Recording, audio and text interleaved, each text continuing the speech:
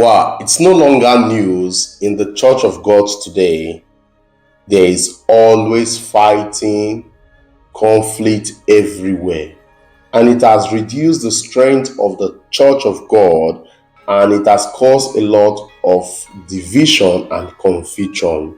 Today, I'll be looking at how to resolve conflicts in the church, biblical approach for church leaders to be able to use in solving disputes among the church leaders and the members of the church.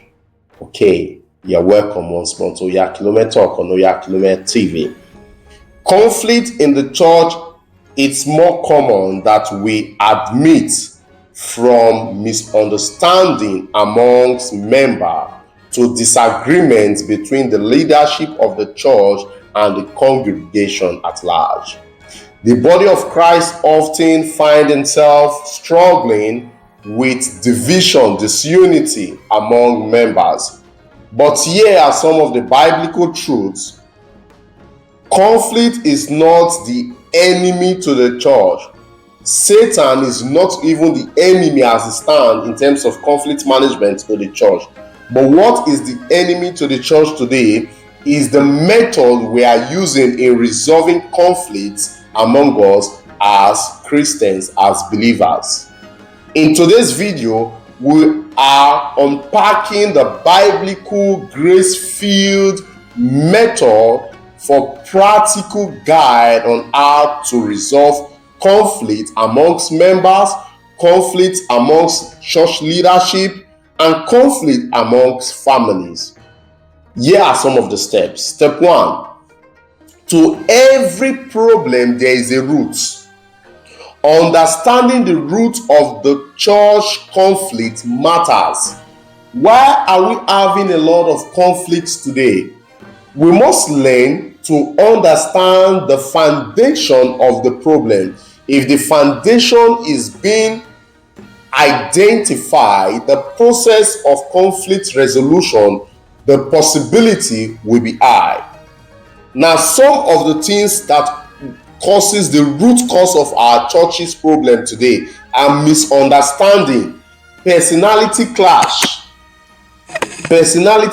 individual personality clash, misunderstanding, different visions among members of the church, theology misinterpretations, unchecked pride and egos, ranking and ordinations, and tithing. These are some of the root cause of problems in the church, especially the areas of ranking, tithing, personalization. These are some of the areas that can easily cause problem in the church. So elders, the leaders of the church, should identify the root cause of the problem. Let's see what the Bible says in James chapter 4 verse 1 NIV. What causes fights and quarrel amongst you? Don't they come from your inner desires that battles within you? So majority of the conflict we are having in the church, they are inner desires. There are things that comes within us that we can actually manage. Churches need to recognize the source of the problem before confronting or addressing the symptom. That is step number 1. Step number 2, as church leader, we must seek wisdom before we speak. Before confronting the problems in the church, we must seek the wisdom of God. James chapter 1 verse 19. Everyone should be quick to listen, slow to speak, and slow to become angry. Churches should constantly teach their members to avoid reacting as a result of what? Anger and emotions. A wise pause can prevent a lot of conflict in the church. Sometimes we should be calm. Remember what Proverbs 15 verse 1 and 2 says. Sometimes we should be calm to avoid unnecessary fighting in the church.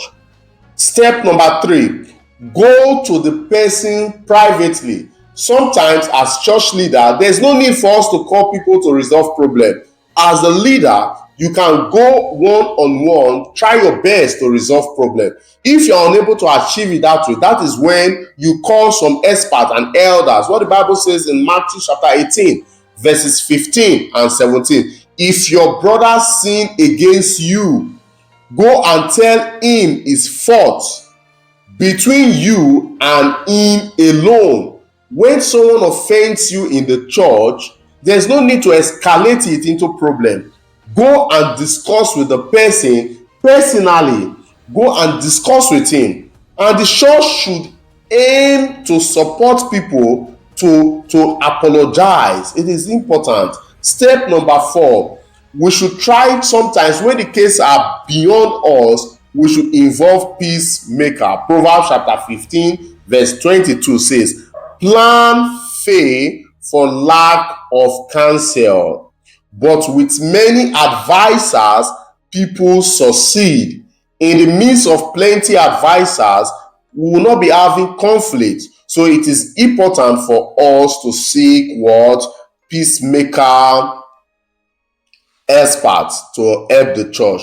Then step number 5, respect. We should respect church leaders, but in as much as we are respecting church leader, we should hold them accountable. Accountability. 1 Timothy chapter 5 19 to 20 says, do not entertain accusation lightly, but hold leaders accountable if needed. If your leaders are doing the wrong thing, hold them accountable, but you should be respectful in doing this. You should do it in love so that it will not result or escalate to a bigger world conflict in the church of God. It is very important. Step number 6, we should be willing to forgive as brethren. Psalm 133 says, behold, how good and how pleasant it is for brethren to dwell together. That is the calling of unity. What about Ephesians chapter 4 verse 32 says, be kind to everyone, be kind to one another, tender hearted, forgiving one another. That is the teaching Christ has given to us. When a member annoys you, forgive him or her. You don't need to go to church A because a member offends you. That same reason that member offends you, you will find it in CAC. You will find it in Redeem. You will find it in CNS. You will find it in CCC. You will find it in every parish you are going to. But what matters is for you to learn to forgive people when they offend you in the church of God. Not only in the church of God, in your community, in the family, and in the society. Forgiveness does not always mean trust in or forgetting immediately. But what matters is releasing the bitterness out of you. Don't store bitterness in your heart. God does not dwell in a bitter environment. John 17 verse 21 says, unity is a command and not a suggestion. As children of God, we must all be united. As family, we must all be united. Okay. Now, 7, which is the last point. Churches should maintain a culture of peace. I have found out that some churches, conflict are being caused as a result of the church leader, instigated by the church leader. Romans 12 verse 18. If it is possible, we all should live in peace as far as it depends on you, not the church people, not the church leaders. Live at peace with all men. We should all live at peace with all men. It is very important. Live at peace with your kids, live at peace with yourself, live at peace with your communities, your colleague. That is the only way you can live at peace in the church of God. Peaceful making is not a reaction. It is a lifestyle for you to live peacefully. You may not be greeting people, but your mind should be free with people. Your mind should be consigned with people. Live at peace with others. Conclusion. Church conflict is painful, but does not have to be destructive. Sometimes, because the mouth and the tongue are together, there should be sometimes we may experience conflict, but it should not bring destruction in the house of God. It will not bring desolation, isolation in the house of God. We should be biblically oriented. Unity is our goal. Peace is our goal. Love is our goal. If you are going through tension in your church right now, don't give up. Pray for your leaders. Pray for the people that are involved. God is in the business of reconciliation. We should all reconcile and remain as one. I would like you to share this video, subscribe, play it in your Sunday school, play it in your Bible studies, so that people should learn how to understand conflict management in the church. But the first part of conflict management in the church should start from you. Be the first to forgive, even if you are wrong, even if you are right. Say, I'm sorry. First of all, forgive yourself. Thank you once more. I still remain my humble self. EVG Dean, UE Oyaklo RX. God bless you as you take note of this teaching.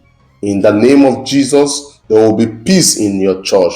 That confusion that the Satan is coming up. Remember what the scripture said in Jude. It says, and even one has crept in unnoticed. Sometimes conflict can be as a result of that crept in unnoticed. So when you notice someone has crept in unnoticed, pray that the Almighty will do what? To arrest that person, so that that person will not pollute the good-minded people you have in your church. God bless you. Shalom.